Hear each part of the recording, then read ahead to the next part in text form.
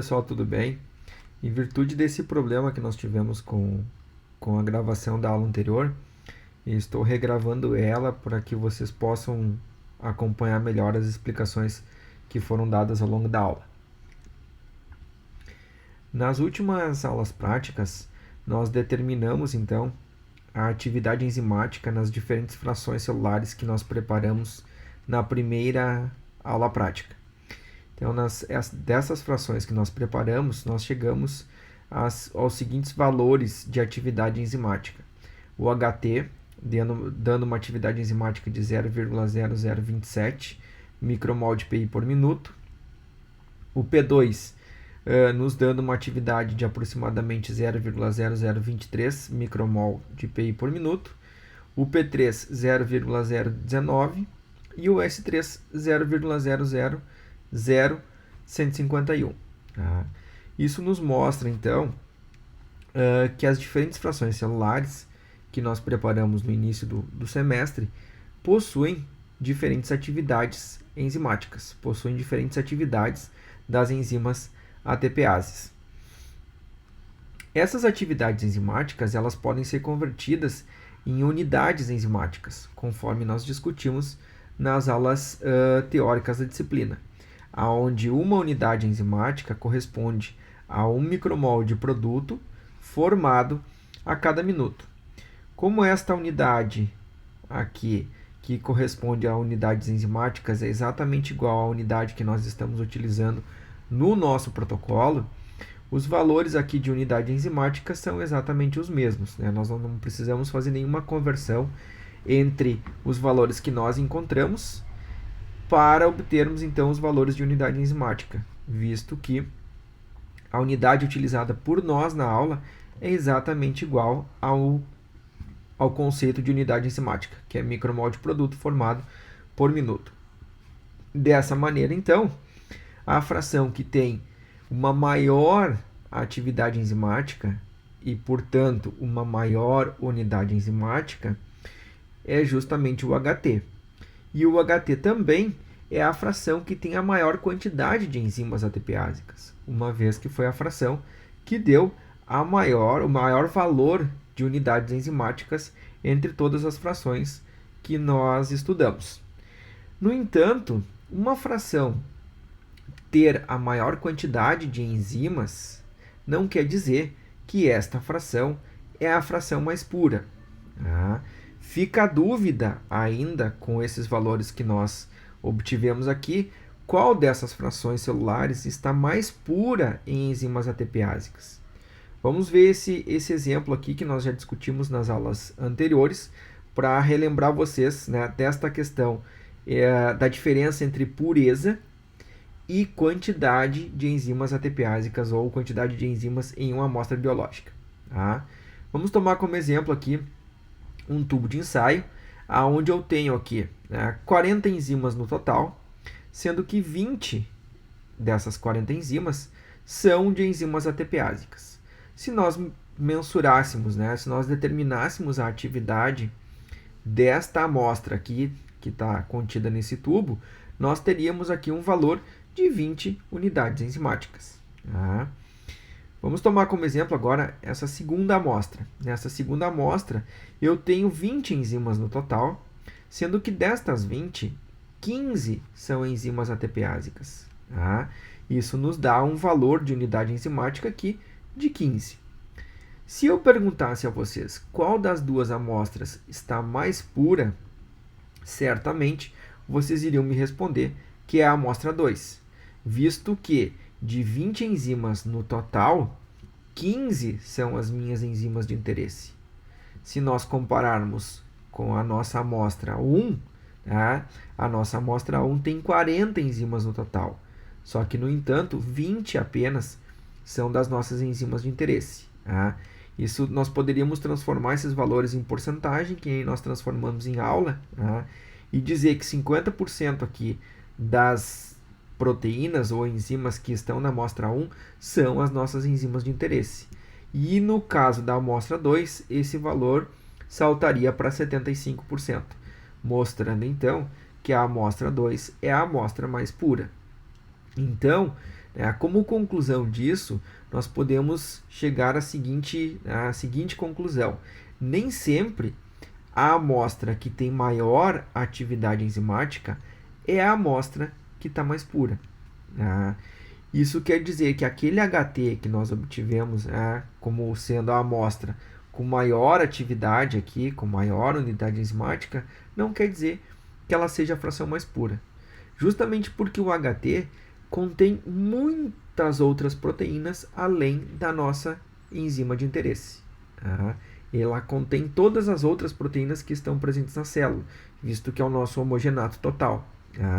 Então, talvez não seja o HT a amostra mais pura, seja alguma outra amostra entre o P2, P3 e S3.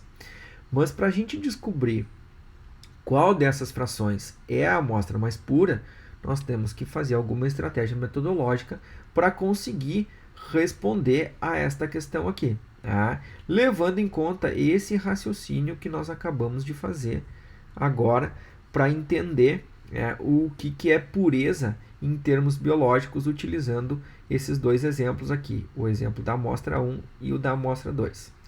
E a estratégia metodológica, ou a estratégia técnica que nós utilizamos para conseguir chegar a esta conclusão aqui de qual das duas amostras está mais pura, foi justamente determinar a quantidade total de proteína que eu tenho em cada uma das duas amostras.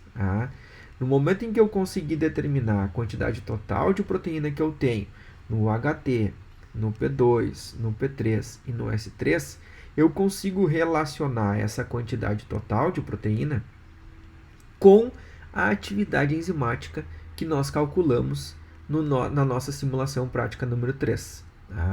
Lá na simulação prática número 3, nós determinamos a atividade enzimática de cada uma dessas frações. E agora, ao quantificarmos o conteúdo total, nós vamos ter as duas informações necessárias para que a gente possa então determinar qual das duas amostras está mais pura. Para isso, então, o método que nós escolhemos para quantificar o conteúdo total de proteína em cada uma das nossas amostras foi o método de Lowry modificado, que foi desenvolvido sobre um outro método descrito por um pesquisador chamado Oliver Lowry. E esse método ele usa como princípio o uso de um reagente contendo cobre. O cobre vai acabar formando um complexo tetradentado com as ligações peptídicas das proteínas. E quando nós adicionamos então um segundo reagente do método, que é o reagente de Folin, o reagente redutor, esse Folin vai reduzir o cobre, esse complexo formado entre o cobre e as ligações peptídicas, de cobre mais 2 para cobre mais 1. E esse cobre reduzido ele vai acabar mudando de cor e vai adquirir uma coloração então azul intenso, como está mostrado aqui nessas cubetas na lateral. Quanto mais intenso a coloração, maior o conteúdo de proteína da amostra. Quanto mais proteínas eu tenho, mais ligações peptídicas eu vou ter, mais formação deste complexo tetradentado com o cobre nós vamos ter, e quando eu reagir tudo isso com o reagente de Folin, maior vai ser a intensidade de cor azul formada. O comprimento de onda, então, que nós vamos utilizar é 750 nanômetros para medir, então, a absorvância dessas amostras aqui, conforme consta lá no nosso protocolo experimental. Então, vamos passar agora para o protocolo e para os cálculos deste protocolo experimental.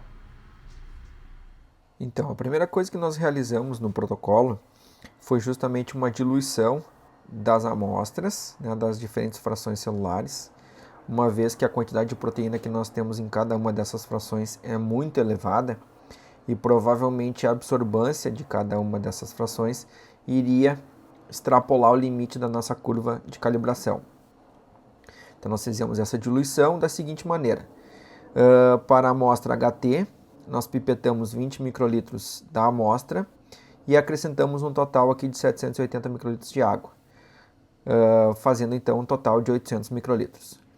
Para a amostra P2, nós diluímos um pouco menos, pegamos os mesmos 20 microlitros, porém acrescentamos somente 380 microlitros de água, resultando em 400 microlitros, né, de volume total.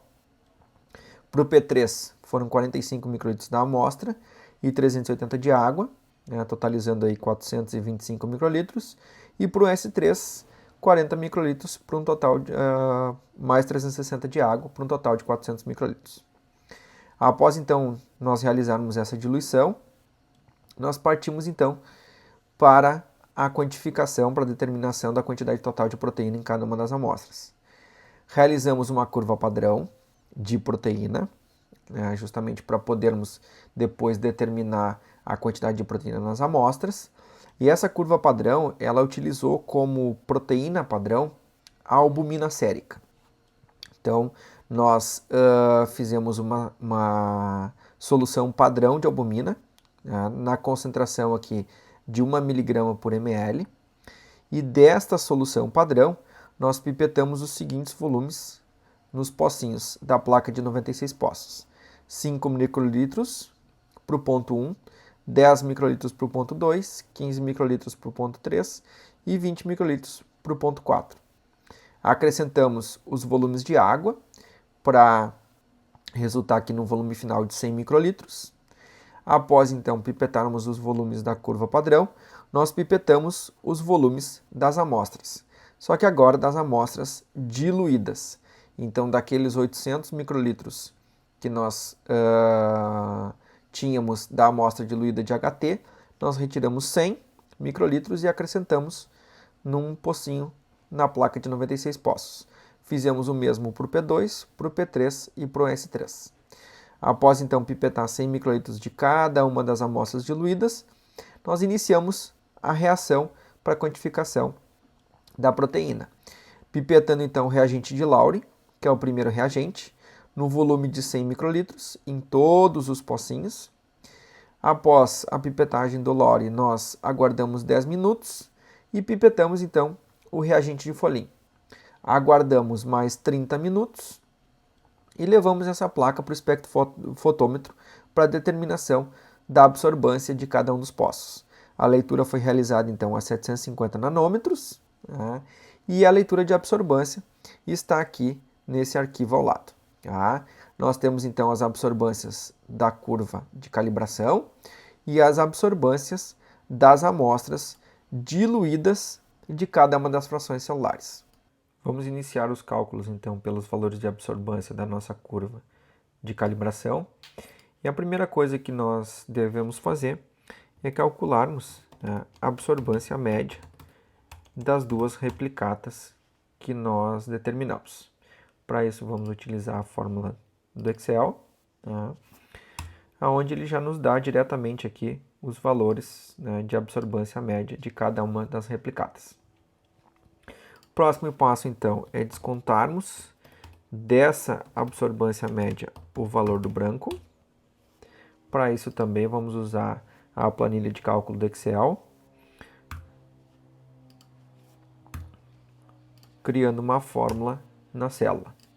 Vamos fixarmos aqui o valor relativo ao branco para podermos então arrastar até o final e termos os valores correspondentes.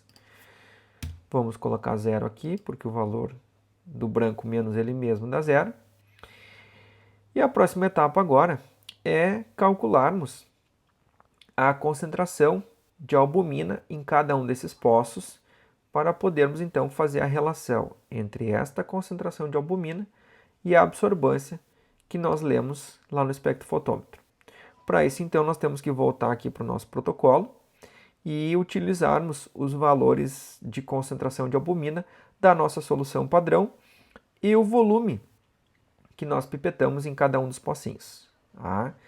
Para fazermos a determinação desta concentração de albumina em cada poço, nós vamos necessitar fazer uma regra de 3, ou utilizar, né, a velha fórmula C1V1 igual a C2V2. Tá? Então, que valores que vão ser os valores de concentração 1 e volume 1 e que valores serão os valores de volume 2? A concentração 1 é a concentração inicial, né, ou padrão de albumina. Então, neste caso aqui, né, seria 1 multiplicado pelo valor do volume que nós pipetamos em cada um dos pontos. Né? Então, no caso do poço número 1 aqui, volume de 5 microlitros. Tá? Isso vai ser igual à concentração 2, que nós queremos determinar, que vai multiplicar o volume 2. Quem que é o volume 2? O volume 2 é o volume final que ficou dentro de cada um dos pocinhos. Neste caso, 100 microlitros, né? Somando o volume de albumina padrão pipetada, mais o volume de água que nós pipetamos. Tá? Então, essa vai ser a fórmula que nós utilizaremos para fazer o cálculo nessas células aqui no Excel. Tá? A concentração padrão de albumina, que é 1 vezes o volume correspondente aqui a cada um desses poços, igual à concentração 2 vezes o volume 2, que é o volume final aqui de 100 microlitros. Nós podemos passar esse volume aqui dividindo para o outro lado, e aí nós temos que a concentração 2 é igual a 1 vezes 5 dividido por 100. 5 no caso, porque nós estamos determinando para o poço número 1. Tá? Então vamos montar essa fórmula aqui. Igual a 1 multiplicado por 5 dividido por 100. Isso então vai me dar a concentração de albumina no poço. Tá? Essa concentração ela está em miligramas por ml. A mesma unidade utilizada aqui pelo meu padrão. Tá? Então vamos copiar essa fórmula para a célula seguinte e para as demais. E depois de copiado, nós vamos então alterar o volume aqui para o volume correspondente. Então, no caso do poço 2 é 10 microlitros, no caso do poço 3 é 15 microlitros e no caso do poço 4 é 20 microlitros. Agora nós temos então a concentração de albumina em cada um dos poços. Né? No poço 1 aqui, no branco é 0, então vamos colocar o valor 0, e as suas absorbâncias correspondentes. Próximo passo agora, então, é construirmos o nosso gráfico da curva de calibração, onde no eixo X nós vamos plotar a concentração de albumina e no eixo Y nós vamos plotar as absorbâncias. E depois calcularmos a equação da reta. Só que para a gente poder construir nesta ordem, eixo X sendo a concentração de albumina e eixo Y a absorbância, eu vou transferir esta coluninha aqui para o lado e selecionar as duas para ficar na ordem, então, que vai aparecer no gráfico. Tá? Justamente porque no gráfico, a primeira coluna sempre vai ser o eixo X e a segunda coluna sempre o eixo Y. Tá? Vou levar para cá, só para abrir mais espaço aqui. E vamos, então, inserir o nosso gráfico. Selecionar os valores e inserir o nosso gráfico. Automaticamente o Excel já nos dá o gráfico aqui, com os valores correspondentes. Vamos colocar as informações necessárias para esse gráfico, né? O eixo horizontal e o eixo vertical. E colocarmos aqui os títulos de cada eixo. Este aqui, então, é concentração de albumina.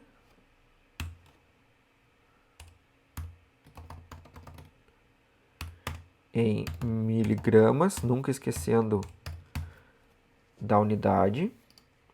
E esse aqui, então, a absorbância.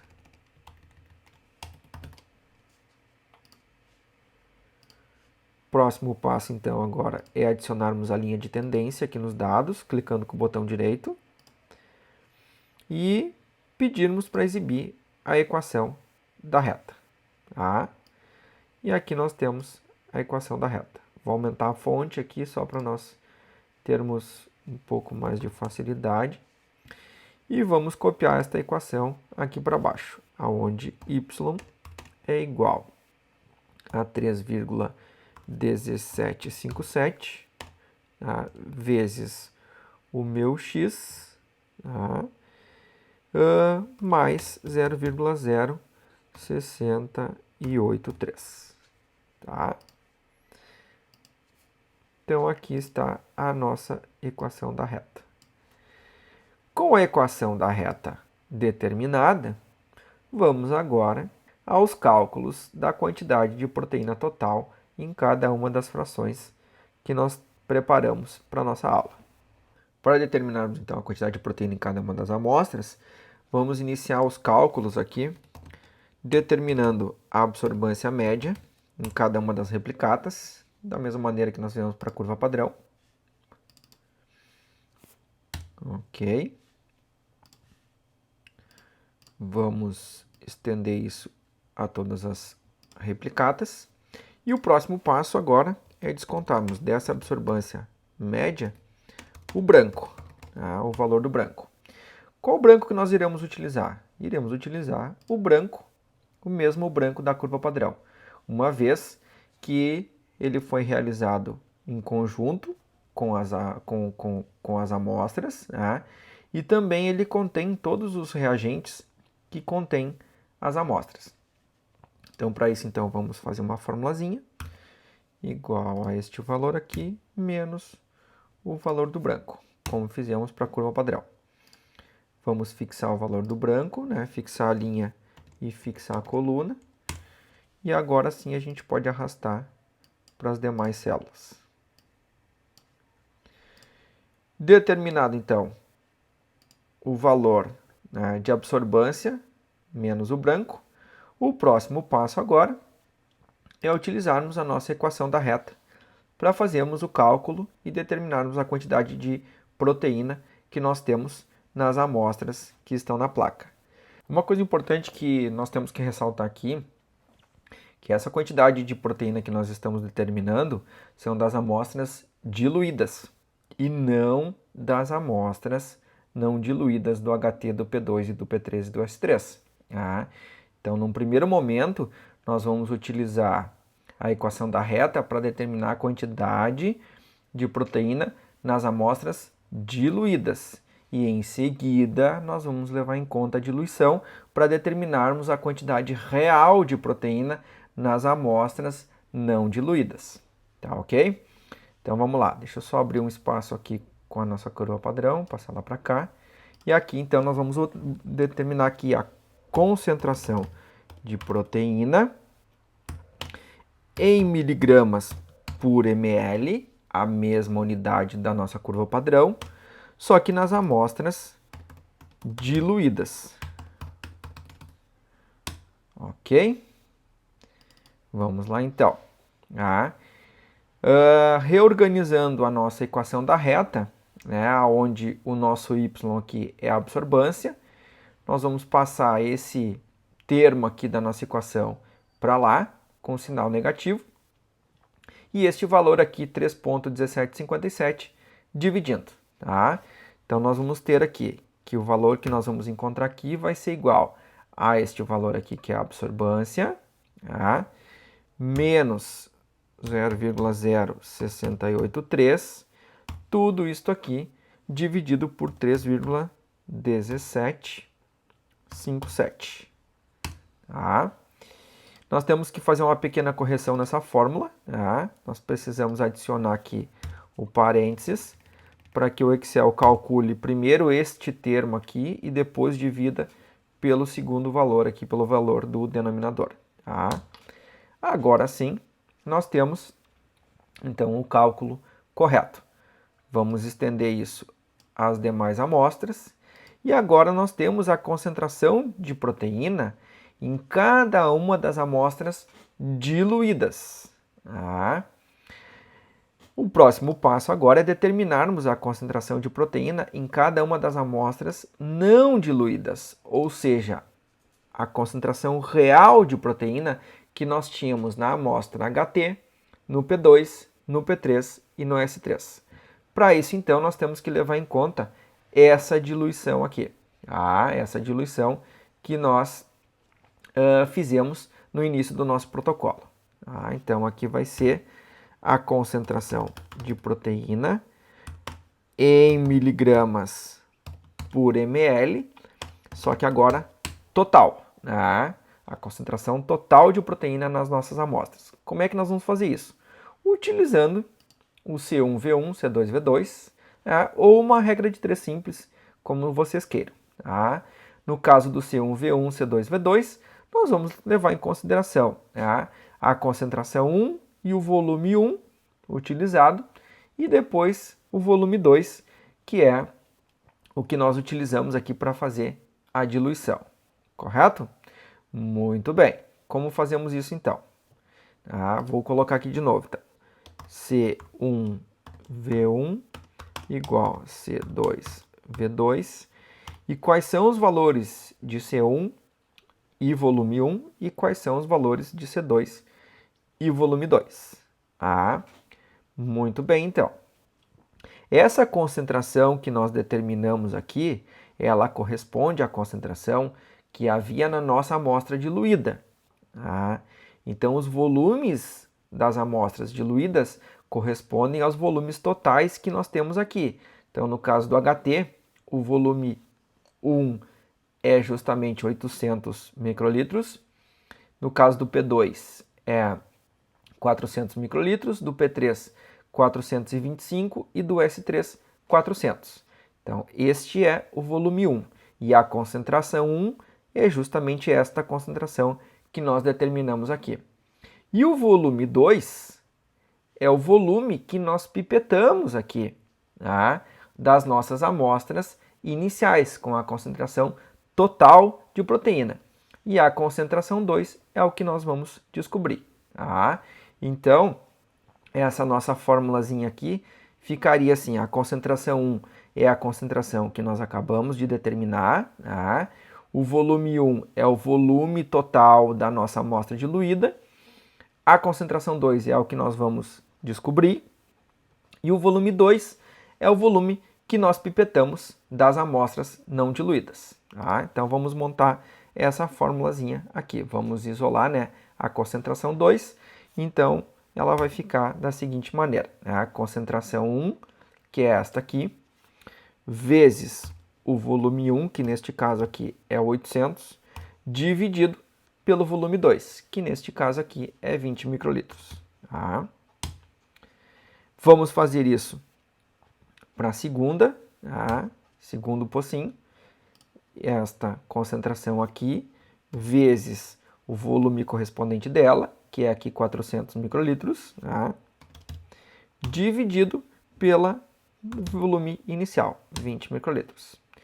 A mesma coisa para este aqui, tá? Vezes o volume, que agora é 425, tá?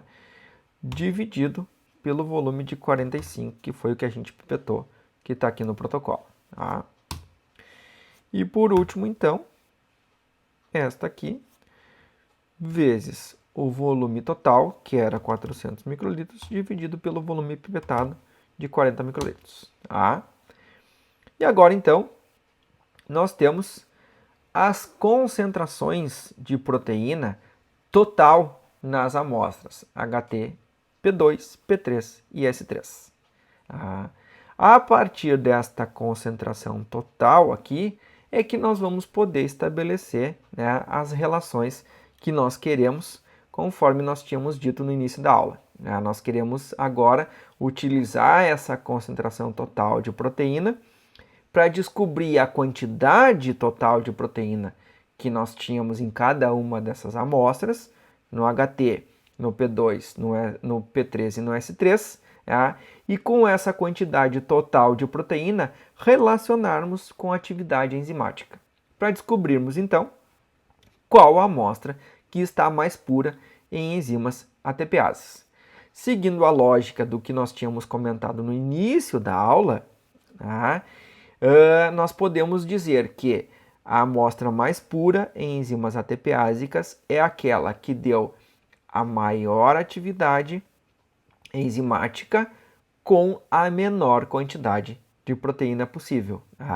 Então, nós vamos tentar ver esta relação entre as duas amostras. Só que para isso não nos interessa a concentração de proteína, nos interessa a quantidade total de proteína que nós temos no HT, no P2, no P3 e no S3. E para determinarmos a quantidade total de proteína em cada uma dessas frações, nós vamos precisar de um volume. Para podermos converter essa concentração de proteína aqui em quantidade de proteína, nós precisamos saber que volume que nós estamos trabalhando para poder fazer essa conversão. E aonde eu encontro esse volume? Aonde eu descubro esse volume? Para responder essa pergunta, nós temos que pensar no objetivo desta aula. O objetivo desta aula é determinarmos a quantidade total de proteínas que nós temos em cada uma das frações, para correlacionarmos essa quantidade de proteína com a atividade enzimática que nós determinamos em cada uma dessas frações. Então, aonde que nós vamos encontrar esse volume? Justamente no protocolo 3, que é o protocolo aonde nós determinamos a atividade enzimática de cada uma dessas frações. É lá que vai estar indicado o volume que nós utilizamos para determinar a atividade enzimática.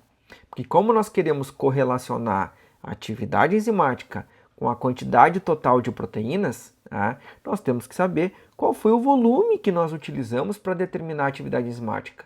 E com base neste volume e nesta concentração de proteína que nós acabamos de calcular, nós vamos poder dizer, olha, na amostra HT, quando a atividade enzimática era tanto, nós tínhamos tanto de proteína. A mesma coisa para o P2, para o P3 e para o S3. O que eu quero dizer com isso? Que quando nós obtivemos aquela atividade enzimática X no HT, no P2, no P3 e no S3, para obter essa atividade enzimática, nós utilizamos um volume Y de amostra.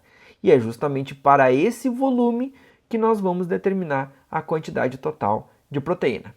Então vamos voltar lá no protocolo da nossa aula prática número 3 e vamos ver qual foi o volume de amostra de HT, P2, P3 e S3 que nós utilizamos. Então, olhando aqui para a tabela, nós podemos observar que o volume de amostra de HT, de P2, de P3 e S3 que nós utilizamos foi 15 microlitros. Então, com esse valor agora de 15 microlitros, nós podemos determinar quanto de proteína tinha nesses 15 microlitros e correlacionar esta quantidade de proteína com a atividade enzimática que nós calculamos na aula prática número 3. Ok? Então vamos lá, vamos seguir adiante aqui. Vou levar a minha curva para cá, só para liberar essa coluna, e vou colocar aqui quantidade de proteína em miligramas agora, tá? Então eu sei que esta quantidade aqui, que esta concentração que nós calculamos é em miligramas por ml, tá? Ou seja, em miligramas em 1000 microlitros, tá? Então eu faço uma regra de 3 muito simples, Vamos supor aqui, se 3,98 miligramas é em 1000 microlitros, em 15 microlitros vai ser X. E aí eu faço essa regra de 3 simples aqui para determinar a quantidade de proteína que nós temos. Então vamos lá, reorganizando esses termos aqui, eu vou ter X vezes 1000 igual a 3,98, que é o valor aqui da nossa concentração, vezes 15. O 1000 vai passar dividindo e vai ficar, então, X igual a 3,98 vezes 15 dividido por 1000. Então, igual a concentração de proteína vezes 15 microlitros dividido por 1000. E é este, então, a quantidade de proteínas em miligramas de proteínas que nós tínhamos nos 15 microlitros que nós utilizamos para determinar a atividade enzimática. Vou fazer isso para os demais valores aqui, vou arrastar e vou checar só para ver se a minha fórmula está correta. Tá certo. Tá certo. e tá certo, tá? Ok? Então agora, gente, eu tenho a quantidade total de proteína nos 15 microlitros que nós utilizamos na aula prática número 3 para determinar a atividade enzimática. Tá? Agora, então, eu posso correlacionar esta atividade enzimática em unidades enzimáticas, né? Eu vou utilizar já a unidade enzimática como valor e a quantidade total de proteína. E aí eu consigo determinar qual das amostras, qual das frações está mais pura em atividade em enzimas ATPásicas, ok? Então vamos lá, vamos voltar agora para esta tabela na parte inferior aqui da minha planilha. Tá? O que eu construí aqui? Eu construí uma outra tabelinha onde eu pus a atividade enzimática, tá? Que eu busquei lá no meu protocolo número 3, nos resultados do meu protocolo número 3, a atividade enzimática para o HT, para o P2, para o P3 e para o S3. E listei aqui. Agora eu vou colocar aqui a quantidade de proteína que nós acabamos de calcular. Então eu vou dar um igual aqui e vou ir até a célula com a quantidade de proteína. Dou um Enter, tá? E faço isso para as demais células. Ok? Muito bem. Tendo agora, então, a atividade enzimática em micromol de fosfato por minuto, ou unidades enzimáticas, já que aqui é micromol de produto por minuto, né? E a quantidade total de proteína, eu posso calcular agora uma coisa que nós chamamos de atividade enzimática específica. Ou seja, aquele valor que vai me dizer em qual fração as minhas enzimas ATPásicas estão mais puras.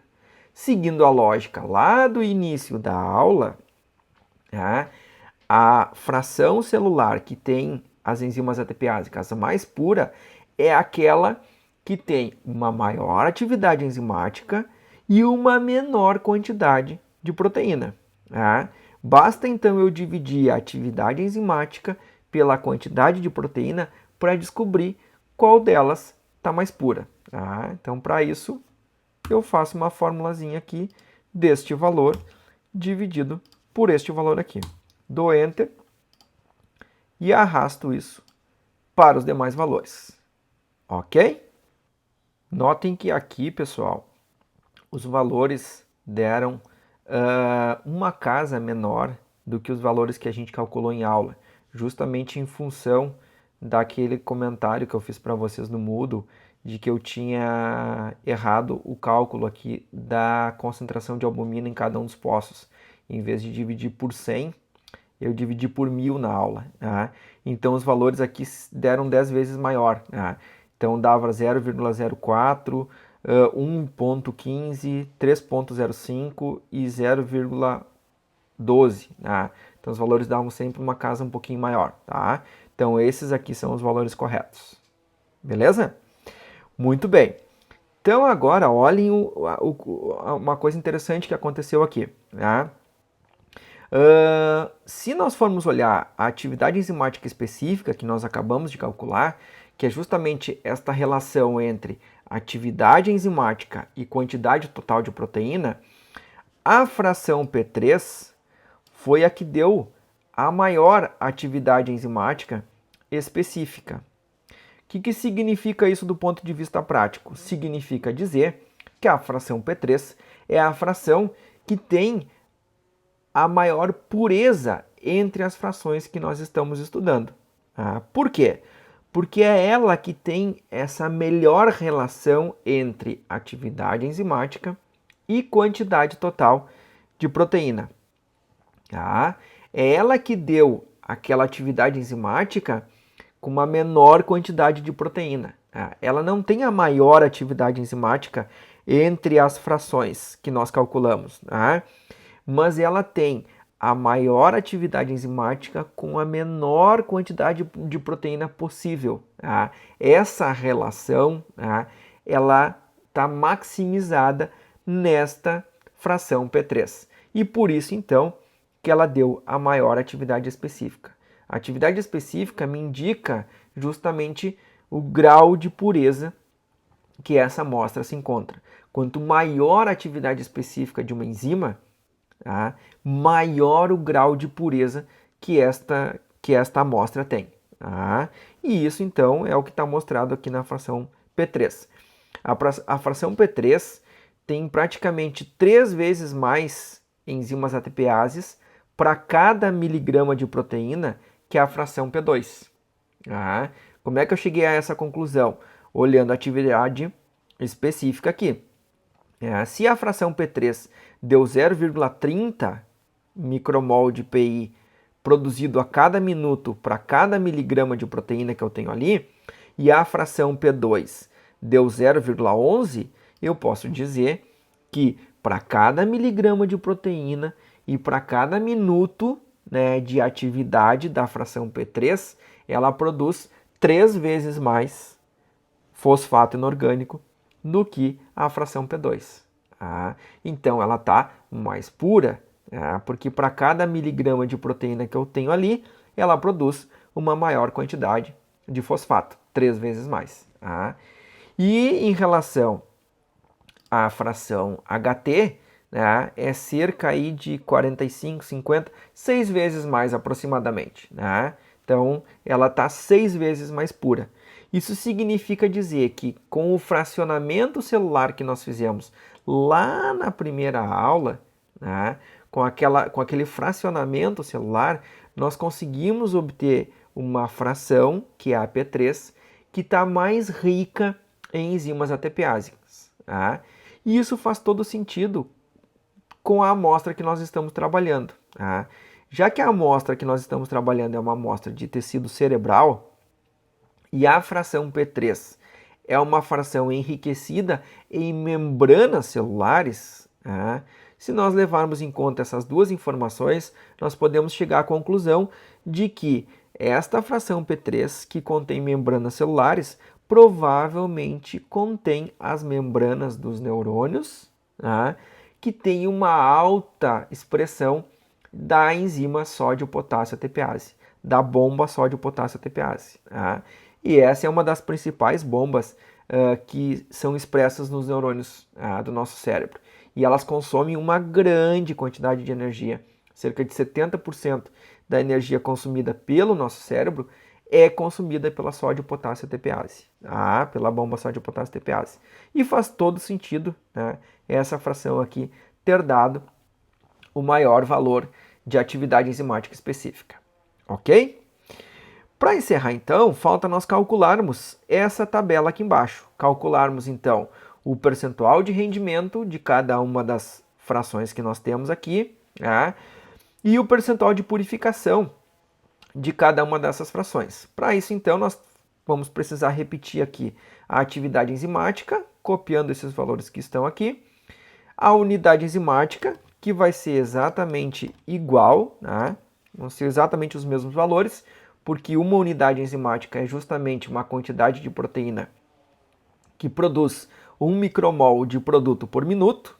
Então, como nossa unidade de atividade enzimática aqui é 1 micromol por minuto, é micromol por minuto, desculpa, então os valores aqui são os mesmos. Então, simplesmente eu vou copiar este valor aqui, e vou arrastar e colocar para cá. Para calcularmos o rendimento diz respeito à seguinte informação. O quanto das minhas enzimas ATPases estão em cada uma das frações em relação ao total de enzimas ATPases que eu tenho. Quem é o total? O HT. O HT tem todas as enzimas ATPases que nós tínhamos na nossa amostra. Então, o meu HT é 100%. E as minhas demais frações vão ser um percentual deste total que nós tínhamos. Para calcular isso, então, basta fazer uma regra de 3. O valor aqui do HT é 100% e este valor aqui é X. Então, vai ser igual a este valor aqui vezes 100 dividido por este valor aqui. Isso vai me dar, então, um percentual aqui de 86%. Ou seja, na fração P2, nós temos aí 86% das minhas enzimas ATPases. O mesmo eu vou fazer para o próximo, para o P3. Então, vai ser igual a este valor aqui, vezes 100, dividido por este aqui. O P3, então, me dá um rendimento aí de 71% aproximadamente. E por último, então, a nossa fração S3 vezes 100 dividido por este aqui. E a nossa fração S3 dá apenas 5,5%, né, de todas as enzimas ATPases que nós temos. Para nós calcularmos, então, o percentual de purificação em cada uma das amostras, nós temos que adicionar essas duas informações aqui. A quantidade total de proteína em cada uma delas. Isso eu copio daqui, né? Arrasto aqui. E a atividade enzimática específica, que eu copio daqui. Tá? Arrasto para cá. E o percentual de purificação é justamente quantas vezes nós conseguimos purificar nossas amostras fazendo o fracionamento celular. O HT vai ser de novo o nosso 100%, tá? E as outras amostras vão ser X% deste percentual aqui. Tá? Ou seja, quanto mais puro tiver a nossa amostra, maior vai ser o valor de purificação. Tá? Como é que nós vamos fazer isso então?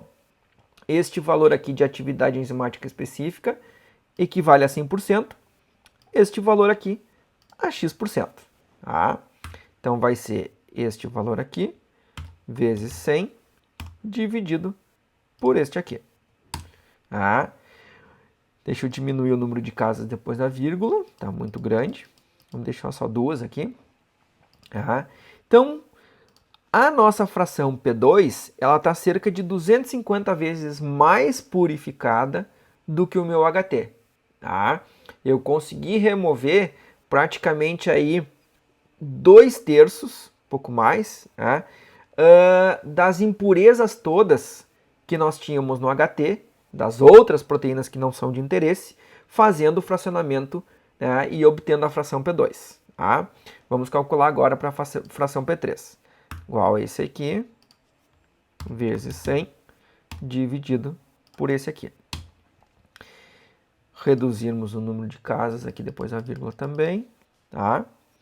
E notem o seguinte, gente, para a fração P3, nós tivemos um percentual de purificação aí de 670%. Ou seja, em comparação ao HT, né, esta fração está 600 vezes mais pura. Está 6 vezes, 6 vezes mais puro. Nós tivemos 600% de purificação. Ou seja, eu consegui eliminar praticamente aí 6 vezes mais das outras proteínas que não são do meu interesse e deixar somente as enzimas que são do meu interesse, que são as enzimas ATPases. Tá? Vamos calcular agora para o S3, mesma coisa. Tá?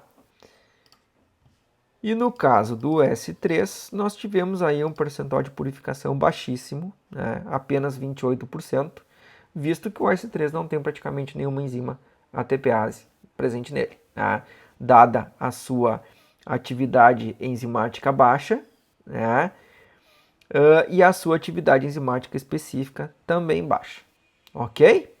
Muito bem. Então, com isso a gente conclui a construção de todos os cálculos necessários para vocês fazerem a simulação prática número 4. O que é importante ressaltar aqui? Que nós fizemos duas coisas nesta aula prática. Né? Nós conseguimos identificar qual amostra está mais purificada, tá? E conseguimos determinar os percentuais de rendimento e purificação em cada uma dessas amostras. Tá? Isso só foi possível quando nós relacionamos a atividade enzimática calculada no protocolo número 3 com a quantidade total de proteína em cada uma das frações calculada agora no protocolo número 4. Ok?